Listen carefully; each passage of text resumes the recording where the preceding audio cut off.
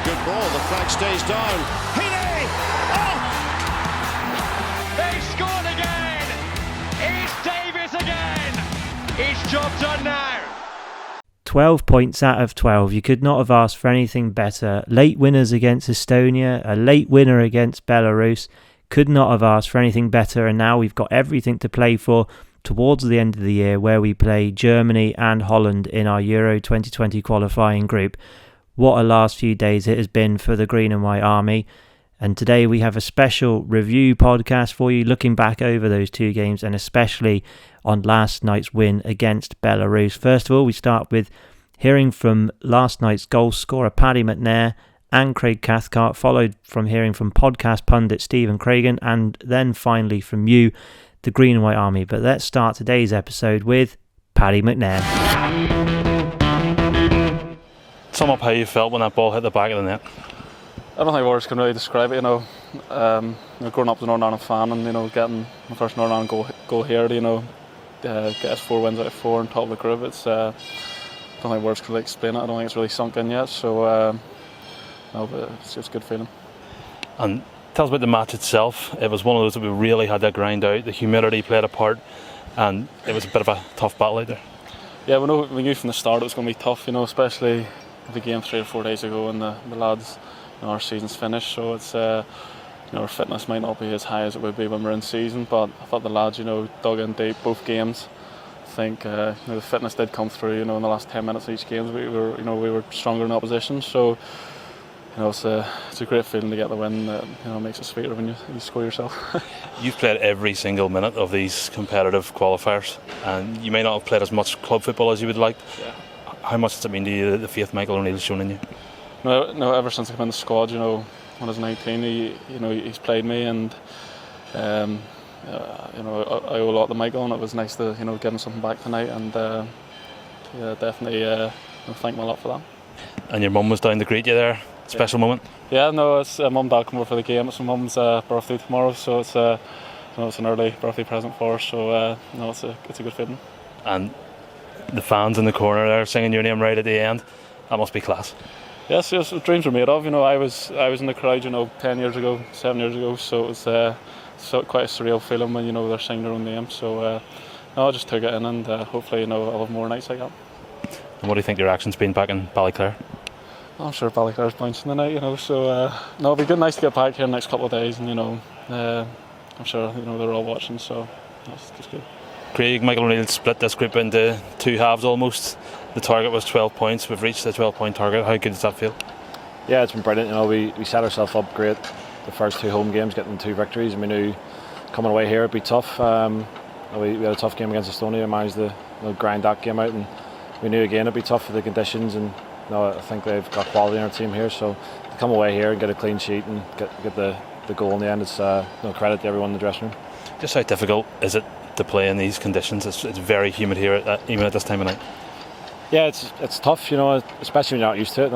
The climate we have, it's not too hot and it's not too humid, so coming away, especially when you've had a few weeks break, it's tough to get going. I think we showed that a little bit against Estonia. We were a bit rusty, and we had a little bit of a hangover coming tonight, but we knew at half time, we spoke about it, that if we kept pushing, they would tire as well, and we get the opportunities, and that's how it's panned out. And what a moment for Paddy McNair.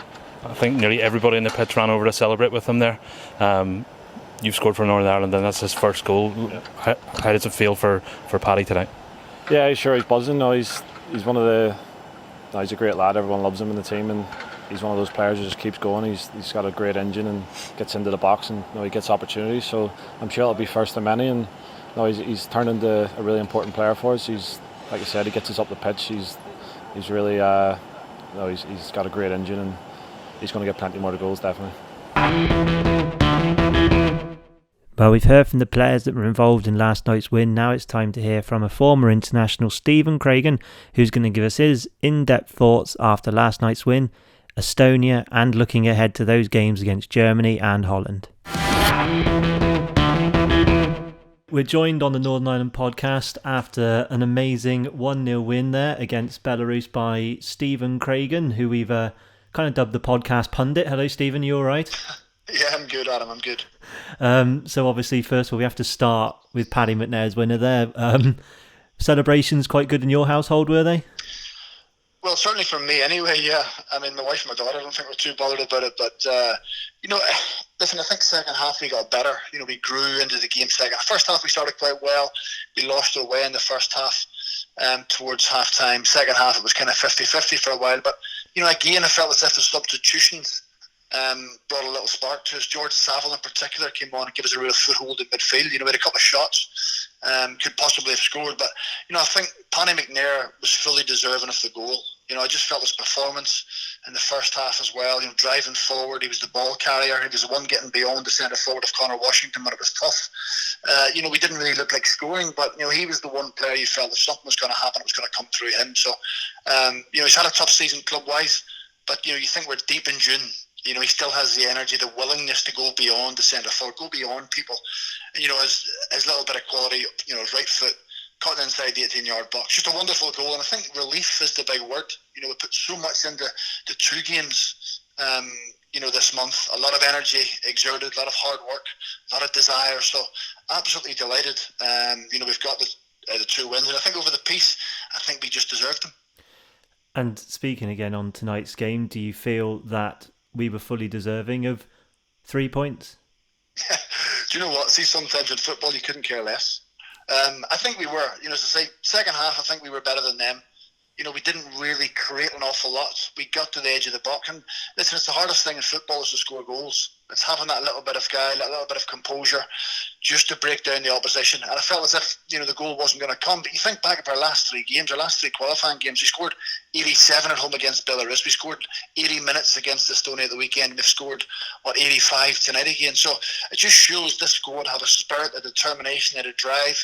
And when you do that once or twice, Adam, you firmly believe in the latter stages of games we're going to get an opportunity. You have that mental strength, you're going to get an opportunity, and thankfully we've taken it. So I think tonight we definitely deserved it, no doubt. The longer the game went, they looked less of a threat, and we looked as if we were pushing and probing, and I felt that we're going to come up short, but is that an omen? Yet again we score late, we keep our hopes alive. It now becomes a mini tournament against Germany and Holland, albeit, but we said we wanted 12 points, we've got them. I don't care how we've got them.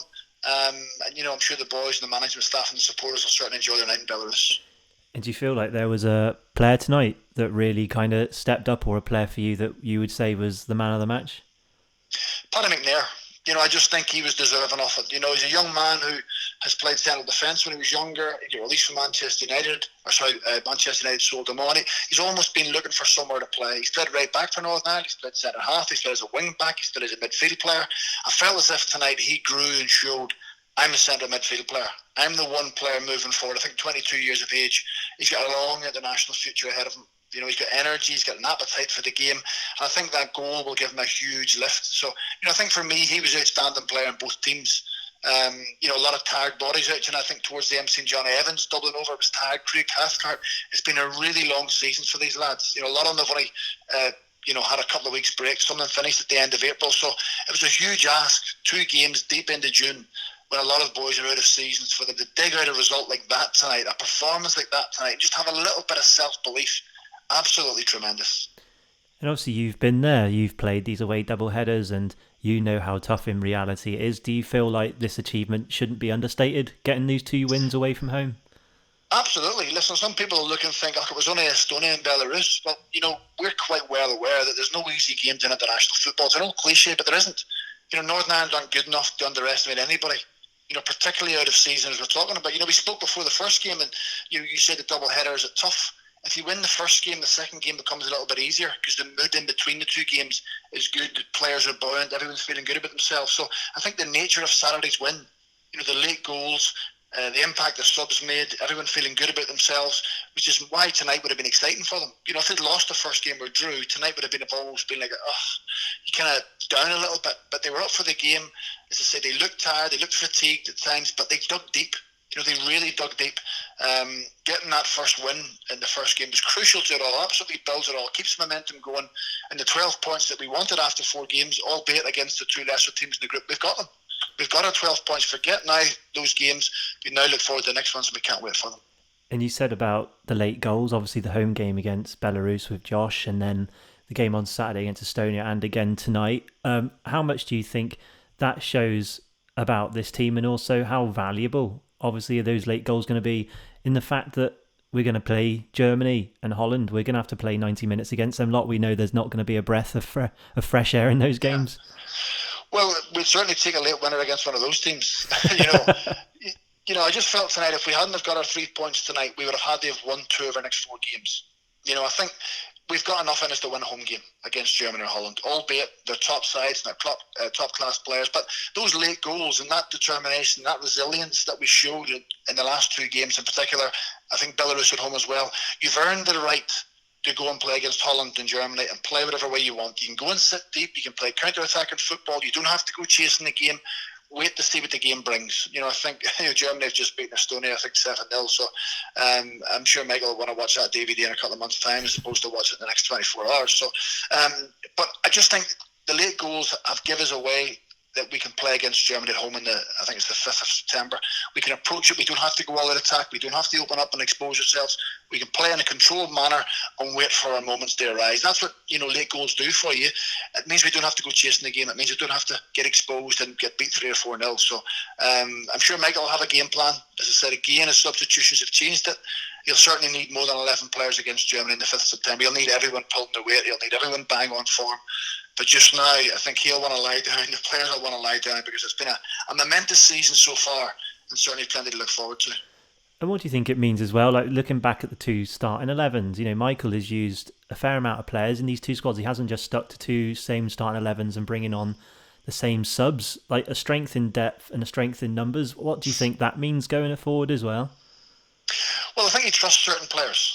As a manager, you get to work with players for a long period of time. I think Josh McGuinness might have been, Kyle Lafferty was the only player who came on tonight, wasn't involved at the weekend, if I'm correct. So he's been loyal to his players. We brought Stuart Dallas on, we brought George Sappel on, guys he knows who can cope and handle international football, guys who can come on and make the breakthrough. So the likes of Mark Sykes and Jordan Thompson, the younger ones, they have to earn the right to get on the pitch. These guys have done it time and time again. So, there's a little motivation for the ones who haven't got on. They have to go away. They have to work at the game. They have to make sure come September they're playing their first team, that they're ready to step in if Michael needs them. But, Michael again has shown he's got a core of 14, 15, 16 players that he trusts, he relies on. He knows they'll do the business for him. It's up to the players in the periphery of it all to go and show. Go and earn Michael's trust. When you get your opportunity, you've got to take it. But, it just shows that he has a good strength and squad. He's got good senior players, I've said it before, who look after the game, know how to manage the game. And with, that triangle in the middle of the park of Stephen Davis with John Evans and Craig Cathcart behind him, you keep that core of 3 in there, then you'll always be successful. And we said as well before the 2 games about who you would start in the back 4, and what you said came true. But you look back over the 2 games and obviously the only goal has come from a set piece. How encouraging do you think that is? I think it's very encouraging. We spoke about the first 2 games of the campaign that Billy Peacock Farrell had a big save against Estonia when it was 1-0. He had a big save against Belarus, I think, when it was 1-1. He had a big save against Estonia the weekend, I think, when it was 1-1 as well. So, he's played his part. We haven't looked really exposed tonight. I felt as if tonight we were comfortable. They brought a big centre forward on, they threw things into the box, which suits Craig and Johnny. So I think continuity is what Michael will want. Jamal Lewis is getting better with every game. I had him in the under-19 squad a few years back. I didn't think he would be as good as this so quick. We certainly felt as if he had potential to go and be a good player. Michael Smith, coming in, looks comfortable playing at full-back. He played there in the Nations League. So he's got to settle back forward. He's content with what he's got. Ahead of him, he's got a few options, Connor Washington and Josh McGuinness and Kyle Lafferty, Jordan Jones off the side, Stuart Dallas off the side, Gavin White. So he's now got competition for places. He's now got a squad where he thinks, I can make 2 or 3 changes, I can bring people in and out, but defensively, that's what you have to build it on. And I think more than anything, he'll come away from tonight thinking, we've got a clean sheet. I imagine that would have been the message before the game. If we get a clean sheet tonight, lads, we've got enough where we can go and get a goal. And thankfully we did.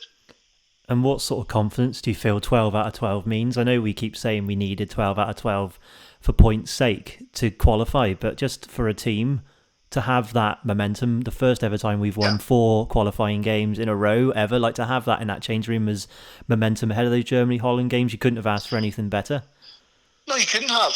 And, you take us right back to the first game, and we would have said we want 6 out of 6, all we got, and we want 12 out of 12, we've got it. But it hasn't been simple. A lot of teams and players talk the talk, and they don't back it up. And I think these players have backed it up. They've had to dig deep. They've had to, dig into the reserves of resilience, of stamina. As I keep saying, in the middle of June, they really had to go and find something deep within themselves. One player had to take a little bit of responsibility in that dying, embers of that game tonight, and Paddy McNair was the one. So, listen, the players will have, I wouldn't say dreamed of having 12 points, but they will have known with Germany and Holland on the horizon, they had to have 12 points. They would have, put a kind of outcome in the game tonight if we hadn't won. Oh yeah, we worked hard, it was unlucky. But tonight they've believed in themselves. They've found something deep within themselves, which, not a lot of other teams and countries have. We have something special about it. We don't make it easy for ourselves. We don't make it easy for the supporters. Forget the other 84, 85 minutes. We scored after 86 minutes. That is the most important thing. The boys will enjoy their summer. They'll enjoy we're going to say they enjoy the pre-season. They won't. But they will enjoy, the build-up. They'll enjoy the build-up to the Germany game, the Holland game. And you just never know. It could be a special campaign. When everyone completely wrote us off at the start of it, something special could happen. And this group of players certainly deserve it. So finally, you've experienced those big nights at Windsor Park. You've been involved in some of the most famous victories. Germany and Holland would definitely be up there. Well, they would be, and I'm sure they'll spend, particularly Germany, the first one, they may spend long spells without the ball.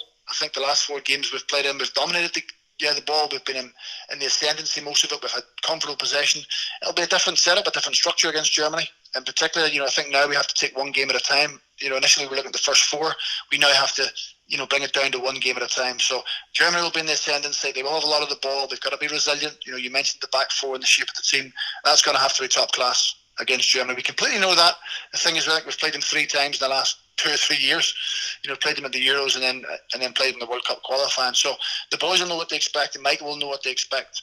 But who knows? We have listened. Windsor Park is a bouncing stadium, and the fans enjoy themselves. I don't think it'll face Germany at all. It'll face Holland. They've played in bigger occasions, but it may just give our players that little bit extra, which we'll need to pull off a miracle. Brilliant. Well, we can all take a rest for a few months after those hectic 2 last-minute winners. We can all try and relax now ahead of those games at the end of the year. But thank you for your time, Stephen. No problem. Enjoy the celebrations, and we'll talk to you again soon. Top man. Cheers, boys. Thank you. Cheers, mate. Bye-bye. Cheers. Bye-bye. And there's only one place we could finish after hearing from Paddy McNair, Craig Cathcart and Stephen Craigan, and that is with the Green and White Army.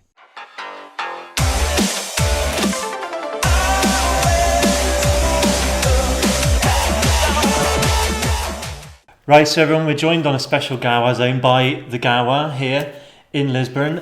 We're going to kick us off, going left to right. Introduce yourself. Andy Lockard, Johnny Harper, Stevie George, Nairn Riddle. So I guess we can all safely say that man of the match then was Paddy McNair. Yeah. Yep. He scored the goal, forget about the rest. Yeah. It's all that matters. Goals are hard to come by, away wins are hard to come by, wins are hard to come by. We're on a roll. You got to be happy with that. Slightly better than Zidane. And so then, now 12 points out of 12. Can we make Euro 2020? Yes or no, and why? Yes, I think we can. I think we just have to be hard to beat in home games against the Dutch and the Germans, and hope that the Germans take full points off the Dutch in the return fixture, and hope that we may pick up 2 or 3 draws if possible, but at least 2 draws that may see us into second place, but if not, certainly puts us in third and a chance to qualify by the playoffs. Yeah, Germany are just starting to look good again. Young team, young hungry players. I think our best chance is going to come against picking up points against Holland. For all we're talking about the Dutch being this new superpower in world football, the Ajax kids and all of that, they still have Ryan Babel in their squad. So that would suggest that they're maybe just not where they want to be, and maybe they're there for the taking. And I think actually Connor Washington might be the first player in 2019 to dribble past Virgil van Dijk. No, for me. I think once the draw comes out and you've got the German and the Dutch, you're playing for, unfortunately, third place. I think we've done incredibly well of growing up from years gone by thinking a goal in a campaign was a big thing, a win was an even bigger thing. To get 12 points is excellent. To win both home and away against teams you're expected to beat is not easy, especially for Northern Ireland. So to come out with 12 points at this stage, really positive. And I think this campaign, unfortunately, was more about keeping our ranking up to get a more favourable draw in the next round. But maybe don't understand the madness. Maybe we'll get a playoff, and maybe we'll get a favourable draw. We can win a playoff and get there, but realistically, no. I wasn't confident we'd get all 12 points in these 4 games, so that changes things for me. I honestly think if we go for it, we have the capacity to beat the Netherlands at home in a one-off crazy atmosphere. Dare to dream, lads. And there's the Nice step there. yeah. Product placement. If we could do that, I think that changes everything and we have a good chance, but it's going to be really, really tough. That's the end of another episode of the Northern Ireland podcast. Thank you for listening. Remember, you can hear back our episodes in the archives. You can hear from Michael O'Neill, Stephen Craigan, Warren Feeney, Jerry Armstrong and more. All you have to do is search for us on iTunes, Spotify and YouTube. Enjoy the celebrations, enjoy dreaming of Euro 2020, and we'll speak to you all again soon.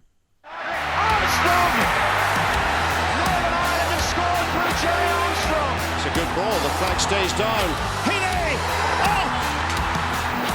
They scored again! It's Davis again! It's job done now!